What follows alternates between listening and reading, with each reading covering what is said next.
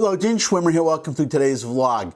Today's subject is going to be guns and the Supreme Court and one particular Chief Justice. But before I get to the main subject, I have a little article I want to share about guns. So it relates to the subject that we're going to talk about today, but it also relates to what I've been talking about for the past few previous vlogs, which is about shifting attitudes among black voters that may, well, full disclosure, I'm a conservative, I'll be voting for Trump, so what I hope signals a shift towards Trump. In fact, it's interesting, I saw today there was somebody interviewed on TV and he was quoted a poll. I don't remember which poll it was. In fact, I don't think a specific poll was cited, but it seems accurate. This interviewer cited the statistic, or a statistic, that Joe Biden, the Democratic presidential candidate, has 86% support among black voters, which would seem to hurt Trump. But it may not. Well, that same poll, whatever poll it was, said that Trump had only 6% and he won only 8% in 2016. He was able to win, so this is only 6%. But that leaves a large number of black voters who are undecided. Now, what's interesting about that 86% number is, though that is a very high number, the Democratic Party depends so much on black voters that may not be enough. 86% support may not be enough. Biden might need 90%, maybe more. This is going to be a development to watch going forward towards the election. What I want to talk about today is, well, before we get to what I want to talk about today, the main subject, this little item is, well, here's the headline. African-American gun group saw membership surge after George Floyd killing. An African-American gun rights group announced last Thursday it had seen unprecedented growth in the aftermath of the death of George Floyd. The National African-American Gun Association, NAAGA, saw thousands of new members join in the hours after the video emerged of Floyd's death at the hands of a Minneapolis police officer. That represents a new record in daily signups for the group. Quote, 2,000 people joined NAAGA in 36 hours after George Floyd, unquote, NAAGA founder Philip Smith said in a statement. Quote, that broke our records. We're getting a ton of folks from all over, unquote. First of all, and by the way, I linked not only to this article, as I always do in the descriptions, unless I forget because my brain is aging, but I linked to articles, but I also, in this case, linked to the website for the National African-American Gun Association, which association I didn't even know existed. I am happy to hear that there is a contingent of black citizens who, number one, buy guns, but number two, who support, advocate gun rights. I hope that they are in contact with the NRA, because those two groups really should be working together. You have these neighborhoods being looted, you have violence, you have rioting, and you have the police not really able to do anything because this is happening in liberal cities with these liberal mayors who will not let the police do their jobs. Plus you have all these rioters, you have a lot of people saying, don't trust the police, defund the police. Well, if you're going to defund the police and not have police, then you better have a gun to protect yourself. And just as an aside, that's why I'm a gun owner. I am a gun owner too. I have a concealed carry permit, and it's because of, well, obviously the Holocaust. I'm not expecting a Holocaust in the United States any more than a black person should be expecting rebirth of slavery in the United States, but just because of history, I armed myself, and I cannot understand why, what has been done to Jews over 2,000 years, not just the Holocaust,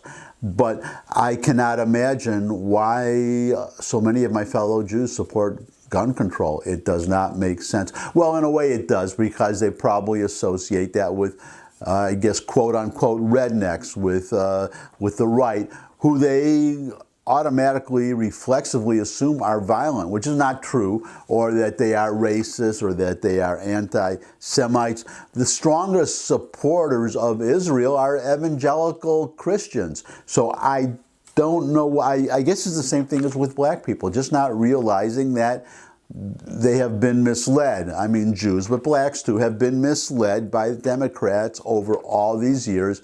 As I said in yesterday's video, I woke up in 1980, left the Democratic Party, glad to see that more and more people are waking up too. I'm just sad that it took so long. Now we get to guns in the Supreme Court, which requires me also to mention the recent Supreme Court decision, well, two of them, the Title VII decision that the prohibition on discriminating by sex also now applies to sexual orientation. Chief Roberts, whom I'm going to talk about today, was not the only quote-unquote conservative judge on that opinion. It was 6-3, but there was another decision, the one about DACA, which, by the way, Trump was right on the law. That's what the Supreme Court said, that what Obama did, his executive order on DACA, was illegal, unlawful. Trump was right, but he didn't follow the proper process for issuing his executive order, did not do enough research, or the Justice Department did not do enough research and investigation of the potential effects of Trump's proposed executive order. Presumably, Trump said that this is a delay. It's not a prohibition. It doesn't end the story. So presumably he can just redo the process the way the Supreme Court wants it. But that decision, as the dissenters said, that's, to me also, it's wrong. If Obama can issue an executive order, then a future president can rescind that order and issue his own executive order, which is all that Trump did. But the reason I bring that up is because it's another example of Roberts, who seems to side with the liberal wing, the four liberal justices, a little bit too much for my taste. And this is the second decision, the Obamacare decision being the obvious one, where it was a 5-4 decision, and the swing vote, the deciding vote, was Chief Justice Roberts, which now finally brings us to guns, because Justice Clarence Thomas has been complaining that, well, let me give you this headline, let me give you some quotes. It really says what I was about to say, so I'll just go through the article. Here's the headline. SCOTUS, that's Supreme Court of the United States, for those who didn't know. SCOTUS gun case denials signal conservative justices don't trust Roberts with the Second Amendment. The U.S. Supreme Court's decision to pass on nearly a dozen gun rights-related cases is breathtaking, not in the denial of hearing any, but in the seeming admission that the conservative associate justices think Chief Justice John Roberts can't be trusted to protect the Bill of Rights, specifically the Second Amendment from the Bill of Rights. The Supreme Court requires just 4 of the 9 justices to agree to hear an appeal for the nation's highest court to take the case. Those watching gun cases were hoping, for good reason, that finally, after a decade of silence from the court, the 4 votes were now there. 4 justices, including Clarence Thomas, Samuel Alito, Neil Gorsuch, and Brett Kavanaugh, have all recently expressed frustration with the court's unwillingness to address infringements on Second Amendment rights. Thomas previously noted, quote, "The Second Amendment is a disfavored right in this court," unquote. These 4 associate justices could have voted to hear any of the 10 petitions, but not all 4 chose to bring the cases before the court. That's telling in as much as it is disturbing. The fact that 4 justices who complained the court needed to hear Second Amendment cases passed on 10 chances to do so tells us much about the court's, quote, swing vote, unquote, which would be Chief Justice Roberts. One or more of the conservative justices are in essence telling us Roberts cannot be trusted to interpret the Second Amendment as written or faithfully apply the precedents of the Heller and McDonald decisions. He ruled in the 5-4 majority in both those cases. And that is the issue. This writer really nailed it, because it was puzzling me too that only 4 justices are needed to hear a case. We have on the court 4 or 5, depending on how you consider Roberts, whether you consider him a conservative justice anymore, but definitely 4 solidly conservative justices who could vote or could have voted to hear any of these 10 cases and any other Second Amendment cases that might come up. Why haven't they? Look again at these 2 decisions, Heller and McDonald, 2 important Second Amendment cases. Both of those cases were decided by a 5-4 vote. If both of those cases had been decided by 6-3 votes, then it would be a different story. But Roberts, we're not sure about Roberts, and he could be a swing vote on a Second Amendment case to undermine the Heller and McDonald decisions. By the way, I'm going to link to both of those decisions in the description if you want to read the cases. But for now, we don't need to go through the actual cases. The point is that it looks like the justices, or some of these conservative justices, or at least one of them, doesn't trust Roberts, does not want a Second Amendment case to come before the Supreme Court until we have another conservative justice on the Supreme Court, I hope. Because there's another problem I see, which is that if Trump loses, then it's conceivable that a President Biden could appoint a liberal justice, a very liberal justice, and then somebody could bring a Second Amendment case that hurts the Second Amendment, and there would be enough liberal justices to hear that case.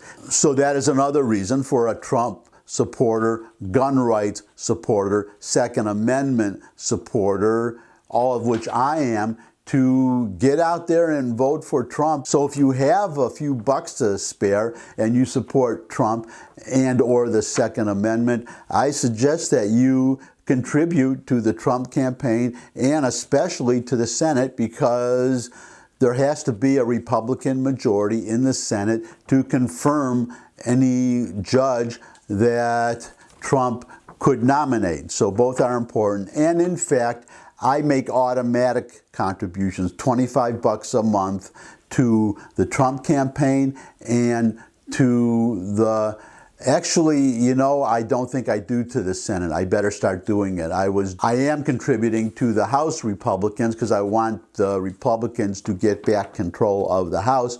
But now I'm thinking that I was pretty sure before that the Republicans would keep the Senate, but I could be wrong. So now I'm going to start contributing to the Senate Republicans too, and I suggest that all of you do the same.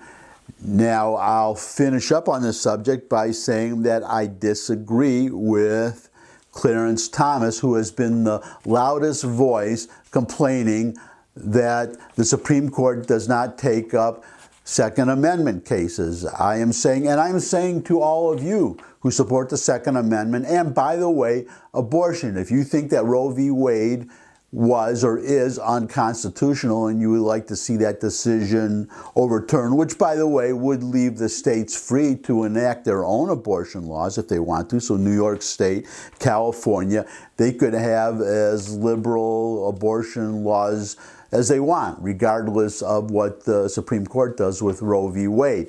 But my point is, for both Roe v. Wade, for both abortion and guns, is that it is better to wait. Wait until there is at least one more conservative justice. Wait until that 4 justice block of liberal justices is reduced at least to 3. And that's it for today. As always, thanks for stopping by. Thumbs up if you like this video. Share it with anybody you think would also like the video. If you have any comments, comment section below the video. You can put questions, suggestions for future topics. I love getting subscribers, so subscribe. But most of all, come back and see me again. I look forward to seeing all of you again. And until I do see all of you again, bye.